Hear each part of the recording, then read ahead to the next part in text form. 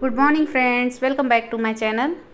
तो आज मेरे यहाँ गार्डन में मॉस रोज़ के बहुत प्यारे प्यारे से फ्लावर्स खिले हैं। और सबसे अच्छी बात बताऊंगी आपको कि रेनी सीजन में मॉस रोज़ के जो फ्लावर हैं वो अच्छे बड़े साइज़ के आते हैं। देखिए कितना बिग साइज़ का है।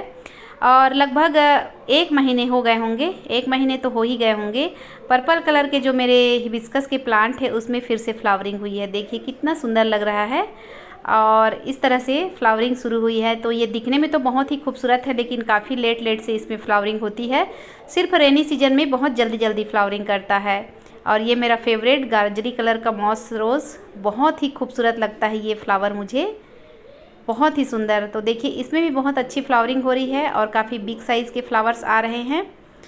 तो फ्रेंड्स, आज का जो मेरा टॉपिक है वो रेनी सीजन से पहले हमें अपने गार्डन में कौन कौन से वर्क कर लेने चाहिए, इसी टॉपिक पर मैं आज बात करूंगी आप लोग से। तो हम लोगों ने समर सीजन में अपने सारे प्लांट लगभग ग्रीन नेट के नीचे रखा है। तो सभी प्लांट पास पास रहते थे और एक साथ रखने की वजह से मेरे गार्डन में, मैं अपनी बात कर रही हूँ, पानी डालने में भी काफ़ी दिक्कतों का सामना करना पड़ता था। और पाइप से मैं पानी डालती थी तो ऐसा होता था फ्रेंड्स, जो दूर में रखे हैं प्लांट उसमें मैं दूर से पानी डालती थी तो उस गमले की जो मिट्टी है वो निकल कर बाहर आ जाती थी। इसके कारण से जो हमारा गार्डन है वो बिल्कुल गंदा हो गया है। तो यदि आप लोगों ने भी इस तरह से प्लांट यदि रखे हैं तो आपको सारे गमले हटाने पड़ेंगे और गमलों को हटाकर आपको जितनी भी मिट्टी है या जो भी कचरे हैं, सूखे पत्ते हैं, उन सबको आपको क्लीन कर लेना है। और अभी का जो मौसम है वो बहुत बेस्ट है, क्योंकि जब मैंने अपना गार्डन का नया सेटअप तैयार किया था तो लगातार बारिश हो रही थी। लेकिन अभी 2 दिनों से बिल्कुल भी बारिश हमारे यहाँ नहीं हो रही है और मौसम भी बहुत अच्छा है। तो इस समय यदि आप अपना गार्डन का अरेंजमेंट करते हैं तो बहुत ही बेहतर होगा। गमले हटाने, ले जाने, लाने में कोई दिक्कत का सामना नहीं करना पड़ेगा और आप बहुत अच्छे से टेरेस को साफ़ कर सकते हैं, जिससे कि जब बारिश होगी तो जो मिट्टी वगैरह गिरे हैं, जो कचड़े गिरे हैं, वो सीधा डायरेक्ट नाली में ना गिर जाए और कचरे ना फंस जाएं।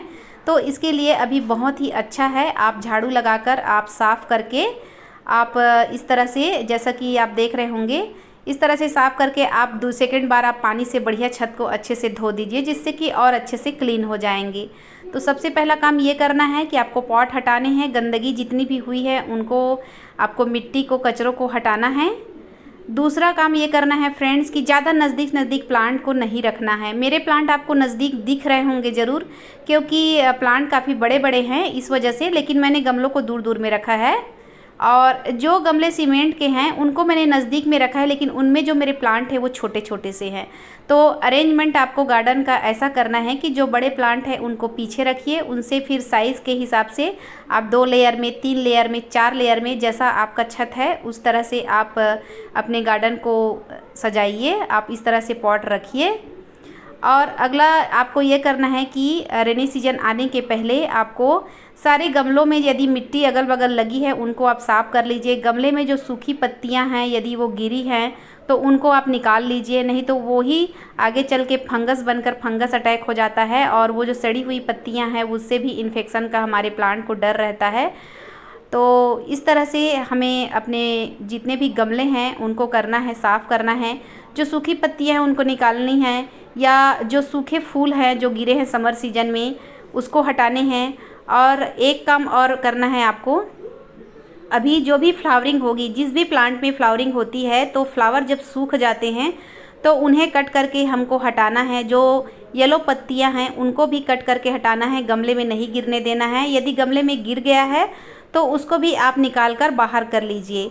और यदि मौसम थोड़ा अच्छा सा अगर है, बारिश नहीं हो रही है, तो बहुत ही आवश्यक काम जो है गमले की मिट्टी की गुड़ाई करनी है हमें। सारे गमले जितने भी हमने रखे हैं उन सब की मिट्टी का एक बार आप गुड़ाई कर दीजिए। और इसके बाद तो हमको फर्टिलाइज़र देना ही है। अभी रेनी सीजन आने के पहले अपने सारे जितने भी परमानेंट प्लांट हैं उनको सबको फर्टिलाइज़र देना है। और अगर आपके पास मॉस रोज़ या पर्सलेन के प्लांट है और काफ़ी बड़े बड़े हो गए हैं तो उनको आप चाहे तो इस तरह से प्रूनिंग भी कर सकते हैं। मेरे प्लांट काफ़ी बड़े बड़े हो गए थे और मिली बग्स का इतना ज़्यादा अटैक हो गया था कि मुझे इन सबको कट करके हटाना ही पड़ा है। तो इस तरह से आप कर सकते हैं। रजनीगंधा के प्लांट यदि आपके पास है तो उसे आप डिवाइड कर सकते हैं। रजनीगंधा हो गया, सिंगोनियम हो गया, लिली का हो गया, रेन लिली, इस तरह से जितने भी मल्टीपल जो प्लांट हैं उनको आप इस समय अलग अलग करके बहुत सारे पॉट तैयार कर सकते हैं। देखिए रजनीगंधा के मैंने 5-7 पॉट तैयार किए हैं। तो ये काम हमको करने हैं और प्रूनिंग करनी है। रेनी सीजन जैसे ही बारिश का स्टार्टिंग होती है तो हमें क्या करना है, जो परमानेंट प्लांट है जिनको प्रूनिंग की ज़रूरत है, यदि आप लोगों ने फरवरी में प्रूनिंग किया होगा तो कुछ प्लांट ऐसे होंगे जिनको अभी प्रूनिंग की ज़रूरत नहीं होगी। लेकिन यदि आपने नहीं किया है तो रेनी सीजन बहुत ही बेस्ट सीजन है जिसमें हम अपने प्लांट की प्रूनिंग कर सकते हैं और अपने प्लांट को घना बना सकते हैं। तो घना बनाने के लिए फ्रेंड्स कोई सा भी प्लांट हो आप उसकी पिंचिंग कीजिए, शुरू से ही पिंचिंग कीजिए। आप ये मत सोचिए कि मेरा प्लांट छोटा है अब इसको मैं बढ़ने नहीं दे रही हूँ, ये कैसा होगा, तो ऐसा बिल्कुल मत सोचिए। आप छोटा प्लांट है तो छोटे प्लांट से ही आप उसकी पिंचिंग करना शुरू कर दीजिए। उसके बाद देखिएगा आप यदि पिंचिंग नहीं करते तो 1-2 फ्लावर पाएंगे, लेकिन यदि पिंचिंग करते हैं और प्लांट यदि बूसी हो जाता है, घना हो जाता है, तो आपको ढेरों फ्लावर मिलेंगे। तो 1-2 फ्लावर के लालच में आप ऐसा मत कीजिए और उसकी प्रूनिंग कीजिए। और इस तरह से, और जो प्रूनिंग के दौरान जो भी कचरे निकलते हैं, सफाई के दौरान जो भी कचरे निकलते हैं उसको आप इस तरह से जैसे देख रहे होंगे येलो बोरी में मैंने भरकर पूरे जितने भी कचरे निकले थे उनको मैंने लगभग 4 से 5 बोरियों में भरकर मैंने कंपोस्ट बनाने के लिए रख दिया है। और जैसा भी आप कंपोस्ट बनाते हैं वैसा उस तरह से आप बनाइए। मैं तो पहले मटकों में बनाती थी, लेकिन आजकल उसमें मैंने कुछ बार देखा कि कुछ बार कीड़े भी हो जाते हैं, तो मैंने मटकों में बनाना छोड़ दिया है। अब मैं क्या करती हूँ फ्रेंड्स, जितने भी मेरे गार्डन में कचरे निकलते हैं उन सबको मैं एक बोरी में भर देती हूँ और उसमें ऊपर जब तक भरती हूँ जब तक कि बोरी का थोड़ा ऊपर साइज़ तक लगभग 4-5 इंच का बचता नहीं है जगह, तब तक भर देती हूँ। उसके बाद उसमें मिट्टी डालकर उसमें कोई भी ऐसी ही प्लांट या वेजिटेबल्स लगा देती हूँ। जैसा कि आप लोगों ने मेरे गार्डन में बैगन के प्लांट देखे होंगे अभी, तो कुछ जो है उसमें मिट्टी और राइस हस्क है, लेकिन अधिकतर जो बोरियां हैं उनमें मैंने इसी तरह से कंपोस्ट भरा है और ऊपर में मिट्टी डालकर मैंने बैगन के प्लांट लगाए हैं। और बैगन के आप लोगों ने देखा है, उसका मैं एक स्पेशल वीडियो भी बनाऊंगी, दिखाऊंगी उसका रिजल्ट क्या है। और मैंने उसमें कोई फर्टिलाइज़र नहीं दिया है। तो इस तरह से जो हमारे गार्डन से जो कचरे निकलेंगे उसको आप कंपोस्ट बनाइए। अगला काम हमको करना है फर्टिलाइज़र। तो किस तरह से मैं अपने गार्डन में सारे प्लांट को फर्टिलाइज़र दूंगी उसका वीडियो भी मैं शेयर करूंगी। मैंने अभी कोई भी प्लांट की प्रूनिंग नहीं की है, अभी बाकी सारे काम मैंने कर लिए हैं। नया सेटअप तैयार किया है, सारे गमलों को साफ़ किया है और कंपोस्ट बनाने के लिए रख दिया है और उसमें मैं प्लांट भी लगाऊंगी।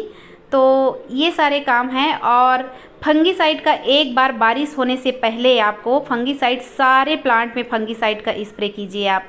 चूँकि अब बारिश आने वाली है तो बारिश के दिनों में तो हमको 10 से 15 दिन, लगभग 15 दिन में सारे प्लांट को फंगीसाइड का स्प्रे हमेशा करना है, जिससे कि हमारा प्लांट अच्छा रहे। और इसमें नीम ऑयल का स्प्रे भी हर 15 दिनों में करना है, नीम ऑयल का स्प्रे। और यदि आपको मिलीबग्स या कोई भी ऐसे इंसेक्ट का अटैक अपने प्लांट में, क्योंकि बारिश है और बारिश के दिनों में इंसेक्ट का अटैक होता है, तो आप मार्केट से इंसेक्टिसाइड भी ला सकते हैं और अप्लाई कर सकते हैं। और बारिश के सीज़न में तो बीमारियां प्लांट में बहुत ज़्यादा लगती हैं, तो अपने सारे प्लांट की देखभाल बहुत अच्छे से कीजिए, एक एक प्लांट की केयर कीजिए। और प्लांट तो फ्रेंड्स हमारे ही भरोसे रहते हैं, तो हमको भी अपने बच्चों की तरह इन प्लांट की देखभाल करनी चाहिए। नहीं तो अगर हम ध्यान नहीं देंगे तो वो प्लांट हमेशा हमेशा के लिए हमारे गार्डन से चला जाएगा। तो मैं भी नहीं चाहूँगी और मुझे लगता है कि कोई गार्डनर्स नहीं चाहेगा कि कोई सा भी प्लांट उसके गार्डन में ना रहे, हमेशा बना रहे, ऐसा मैं भी सोचती हूँ। तो इंसेक्टिसाइड अप्लाई करना है, फर्टिलाइज़र देना है अपने प्लांट को। तो मैं जो फर्टिलाइज़र बनाऊंगी वो मैं आप लोग से शेयर करूंगी, उसको आपको सिर्फ एक बार देंगे और लगभग 2-3 महीनों तक आपको फर्टिलाइज़र देने की ज़रूरत नहीं पड़ेगी। तो फिर मिलते हैं, बाय बाय।